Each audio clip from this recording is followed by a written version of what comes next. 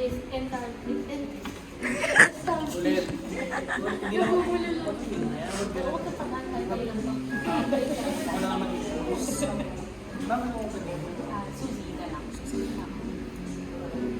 Date mo yun My mom, good afternoon. I am John Mendoza. This is my members. Ian Grande, Leah Palihan, and Christine Rosa. We are from LSPU. We're the students of Bachelor of Physics Management. And dito ko naman po ngayon sa quick interview po sa inyo sa Ian, basta Bigay ko po yung brief background of the establishment consists of year, conduct, and patient and patient. Ayun. So, I'm Suzy Darby. Yung owner ng Suzy Cafe. And yun, yung history ng aming cafe is nag-start talaga ito, December 25, 2023. Pero yung parang way before pa talaga yung passion for coffee. And ako kasi may talaga ako sa coffee. Tapos yung nagkataon yung husband ko, may sa business. So yun, naging coffee business siya. Yan, naging cafe kami. Pero before, parang pandemic pa to, mga year 2020, lang ako, parang while working sa UPLB, researcher ko sa akin, may side hustle. Pandemic, kailangan ng side hustle yung time na yun. So, nagbenta ako ng coffee na nasa pet bottles. Tapos, online lang. Kasi syempre, pandemic. And then, after that, na-base kasi sa work sa UP. And then, na-stuck siya for a season. And then, 2023 din, may friend ako sa LBDH. Magkakaroon daw sila ng anniversary bazaar sa LBDH. Tapos, ginasa niya ako, baka gusto mong magbenta, ganyan. And nung time na yun, birthday pa rin ako sa UP. Pero parang kasi matry niya ako lang ganyan. So, parang na-rekindle yung pagbibenta ng coffee, ganyan. Tapos, sabi ng husband ko, married na kami nun. Sabi niya, oh, why not, make it official. Gawin na natin talagang business.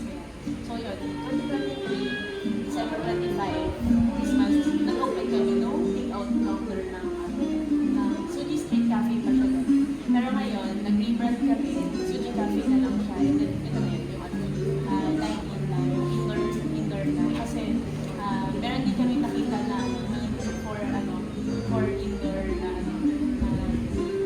parang mas madaming customers actually for madaming market for indoor services. Tapos, ang is, ayun, bakit Suzy? Kasi, nickname ko talaga yun. Suzy kasi, ang nickname ko, tapos Suzy, may friends na tumatawag sa akin, Suzy na. So, sabi ng husband ko, ayun na lang kasi Gachi, kasi personal pa yung name. So, kaya siya name, Suzy na ako na name. Tapos, ayun, yung sa vision namin, actually, simple lang siya. Ang gusto kasi namin is, a place for people to gather. Actually, for parang mas gusto lang namin to na maging hangout place. Yung tao na nag-usap, gotcha. Kaya, makakita nyo mga tables namin maliliit lang. Pero, recently nga, nakita namin yung target market namin. Parang nag-shift biglang. Kaya, mas students na nila pag-aaral. So, parang may percentage lang ng mga ipapapagdikit.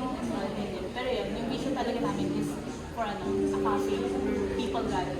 And, ayun, yun, sa good company, good coffee. Sana quality coffee pa rin yung mabigay namin sa kanila. So, yun lang. Yung pangalawa naman po is service offer. Service offer. Pastries, coffee lang po may custom. So, sa ang main talaga ni Suzy is drinks talaga. So, coffee, matcha, and other non-coffee drinks. Ano po yung best seller? Pag Suzy, ang pinala talaga namin is yung dulce series namin. Actually, lang siya lang, dulce latte pa lang siya before. Pero dahil siya ngayon parang pinakatumatak na kay Suzy, feeling namin, kami lang yung panong time na yun dito. Parang ginawa namin siya yung series niya. Inad namin ng flavors, such as vanilla, ganyan, peppermint. Pero meron din po kayong matcha series. May matcha series din kami. So, mainly din yung matcha. Sabi nila, masarap ko. So, namin naman nagkakagusto sa matcha namin. Kasi more on the last year, mahilig sa lasang daw. So, yun. Ganun yung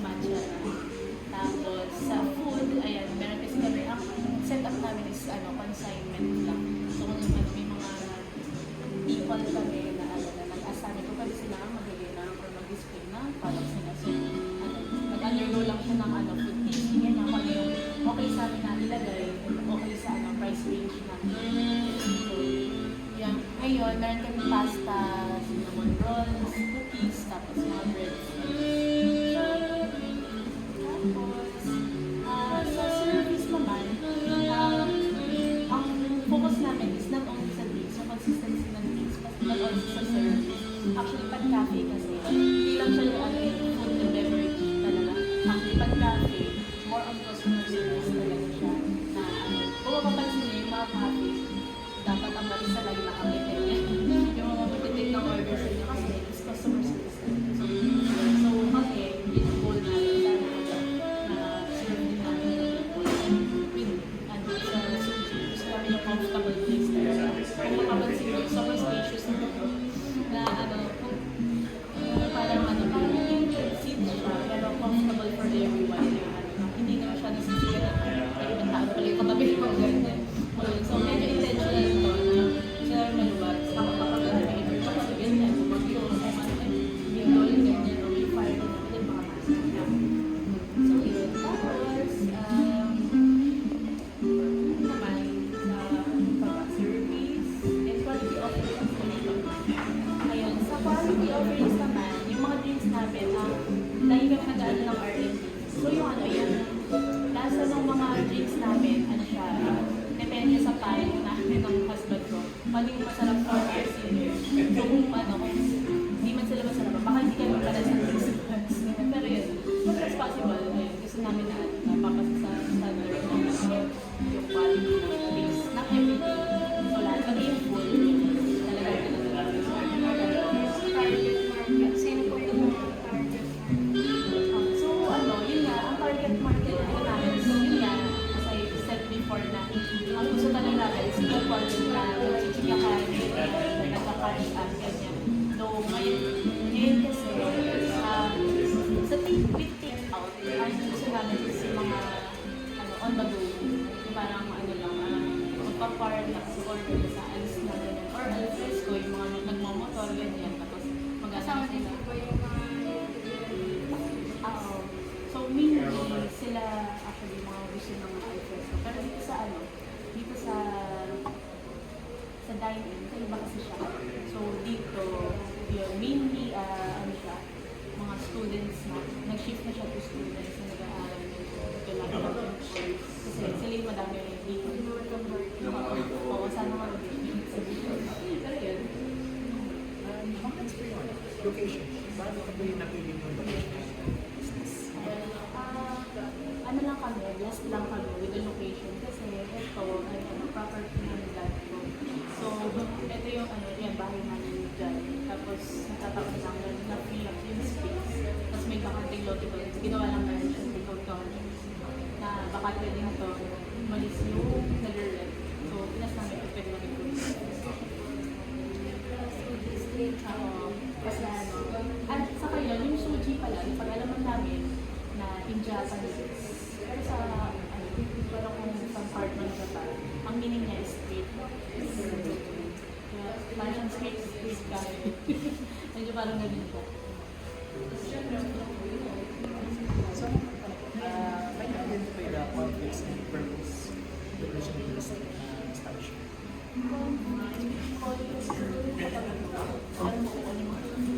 Siyempre gawa na yan, ano, ano na, puno na yung physical passenger, limited. Limited na yung seats namin, pero ano, nag-iisip pa kami, add, ano, more tables siguro. Kung hindi yung ganito na, ano, full kasi yung ano nila. So, sana mapag-iwalay, kaya high chair, ganyan. Pero, as much as possible, gusto namin spacious pa rin siya. Para yung mag-work siya. Tapos, yun. Ayun, kasi dahil shift kami into dining, syempre, ano, parang full new, ano siya, na, ano to, bagong system. Kasi, ibang iba yung take-out dito sa dine-in. Dito sa dine-in, parang, ano, parang ngayon, nasa assessing period pa rin kami. Ano ba yung schema from set up to pack up. Ano yung mga gagawin talaga natin na dapat ito ang gagawin natin.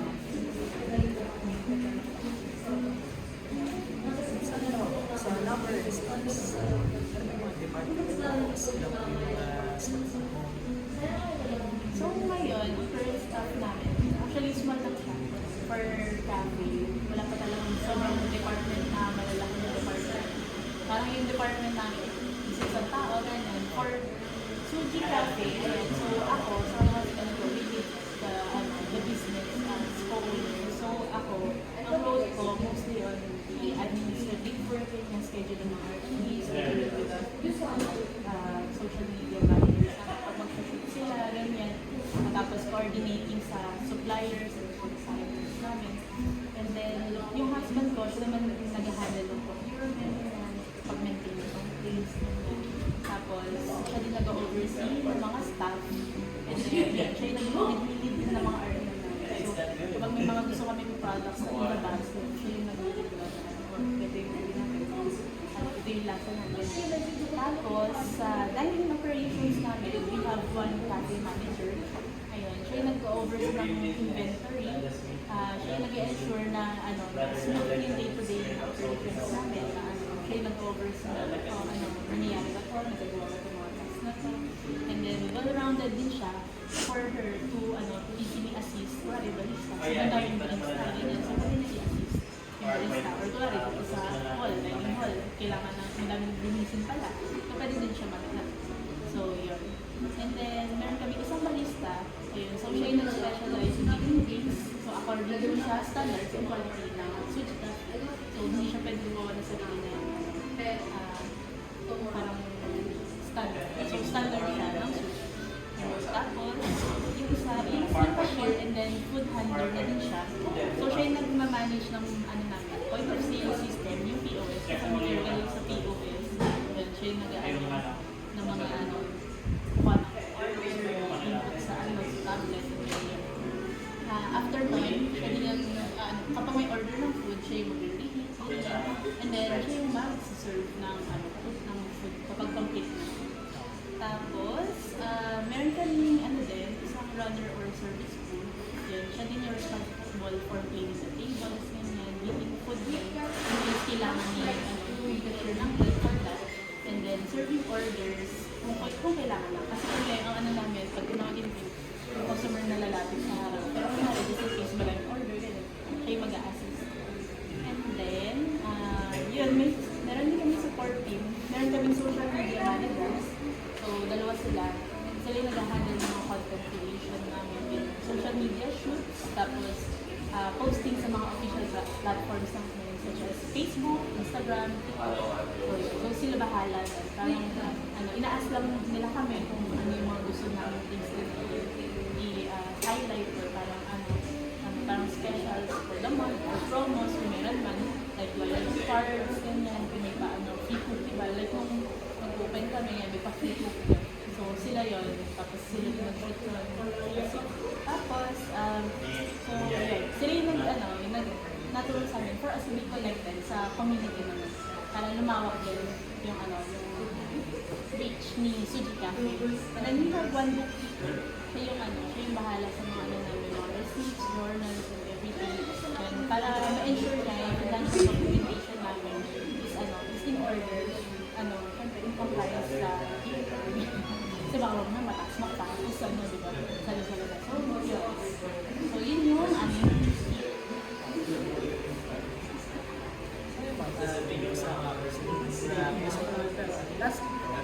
question. Meron po ba kayong inspirational book or insights? Regarding po sa business, siguro yung namin is we value yung relationships. Kaya nga yung unang namin is target market namin, yung mga nag-uusap. Kasi gusto natin, may mag-usap kayo, mag-catch up kayo, ganyan.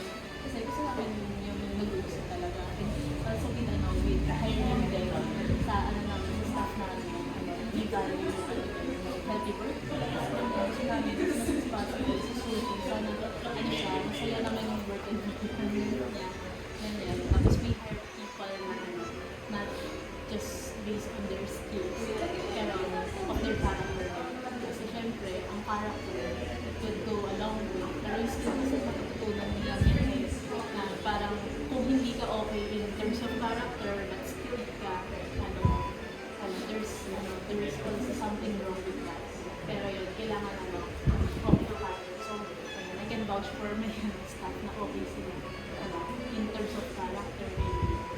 Siguro yun, na gusto lang po namin talaga na we offer a good service. So, good quality, yung mga qualities na sa namin. Siyempre, para to bless others din naman sana. Lalo nabibilis naman sila. Pag pumasok sila, ma-feel nila na, ay, masaya mo. Very welcoming, very hospitable. So, Maraming salamat po sa insight at sa time na binigay mo sa amin. Every